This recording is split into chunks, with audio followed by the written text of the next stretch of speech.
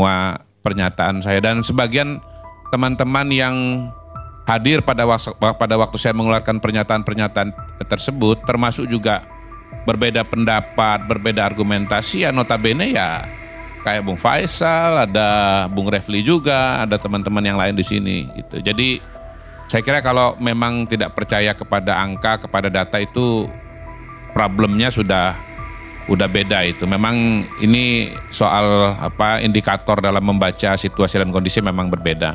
Maaf Pak Kodari, saya potong. Oh jangan, saya tidak tadi motong Mas Adi, saya nggak motong Mas Adi. Jadi saya menolak Mas Adi untuk ngomong.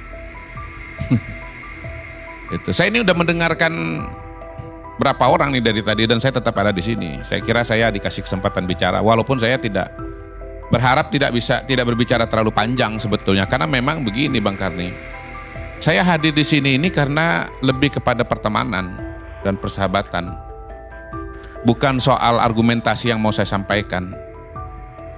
Karena dalam kehidupan itu buat saya pertemanan itu penting gitu.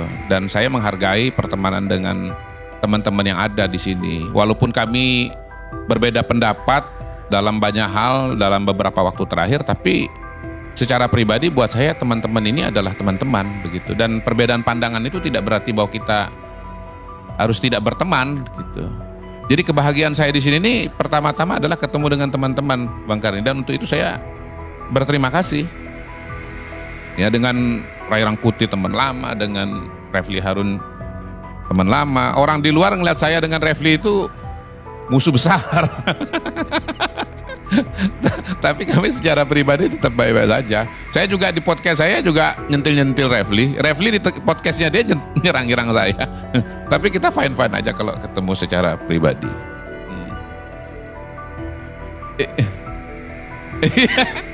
Karena saya tahu juga kalau Refli nyebut nama saya itu viewersnya jadi banyak gitu.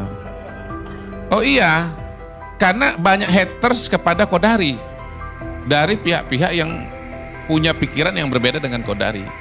Sebaliknya saya juga sering menyebut Refli karena saya tahu kalau saya nyebut nama Refli, viewer saya juga akan naik gitu.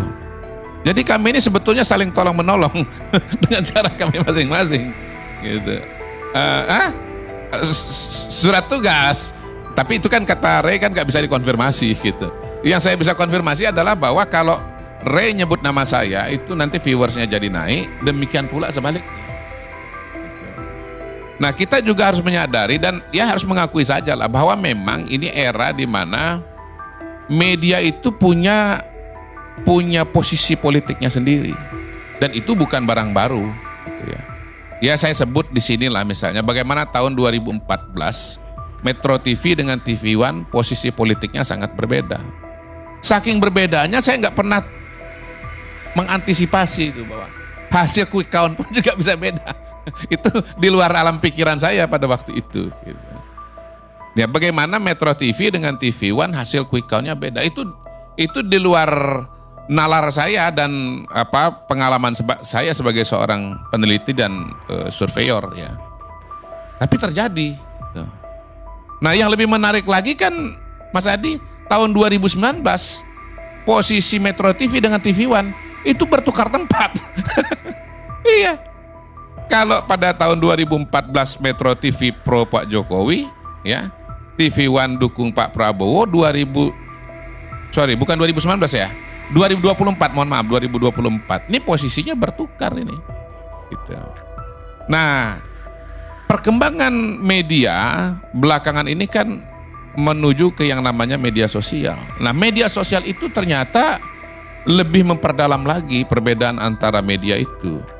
Posisi politik media itu sangat-sangat menentukan. Saya menyadari bahwa yang menonton ALC itu pada umumnya yang kontra dengan Pak Jokowi.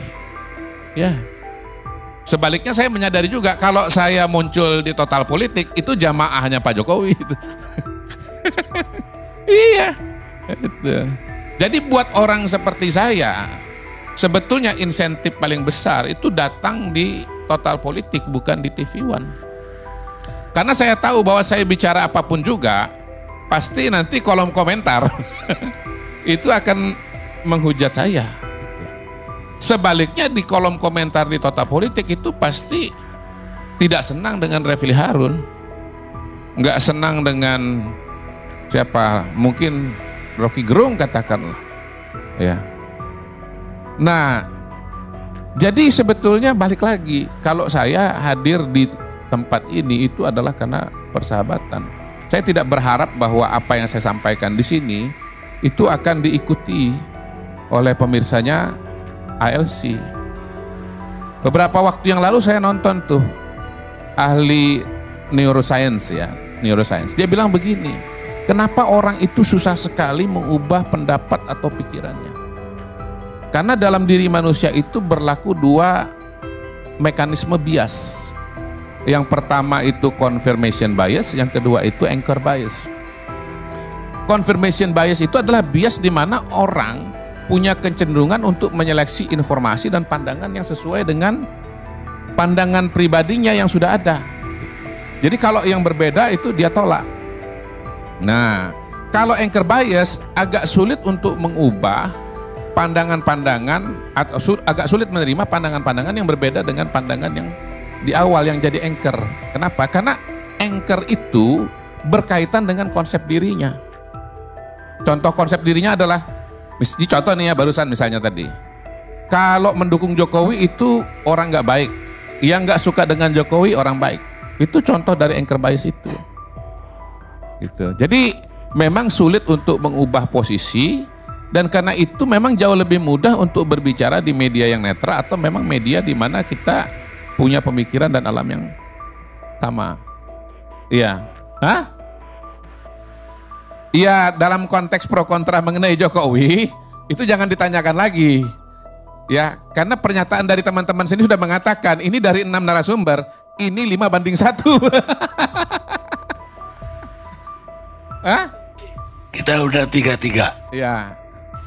Sylvester ya. Kita undang. Ade Armando ya. Kita undang. Iya bang, saya paham bang, saya paham. Saya tidak menyalahkan ALC. Gak nyambung. Saya tidak menyalahkan ALC, ya. Tapi pemirsa juga harus tahu. Saya ini sedang menjelaskan kepada pemirsa, ini bukan salahnya ALC. Ya, saya itu beda mungkin dengan yang lain. Saya nggak datang itu pasti gara-gara karena saya sedang sibuk atau mengerjakan hal yang lain. Gitu. Ya, apapun temanya saya pasti akan datang kalau itu memang memungkinkan. Tapi sikap seperti saya itu kan tidak bisa diharapkan akan dilakukan oleh narasumber yang lain. Gitu. Narasumber yang lain mungkin begitu lihat medannya, ya kan? Ini sudah lihat, ini ibaratnya Liverpool, ini Manchester City datang ke Old Trafford, ya, wah ini Old Trafford gua nggak usah datang, gitu loh, gitu bang. Nah, jadi apa ya? Kalau saya tidak heran bahwa kemudian teman-teman punya pikiran atau pandangan dan sikap-sikap yang kemudian ya saya dengarkan saja dari tadi itu, gitu. Nah sekarang mengenai tema ya Bang Karni ya, tema ya. Pak Jokowi menghitung hari, nggak ada problem dengan judul itu. Memang faktanya begitu kok, ya kan? Faktanya begitu. Tetapi merupakan sebuah fakta juga bahwa pada hari ini mayoritas masyarakat Indonesia itu puas atau senang dengan Pak Jokowi. Kalau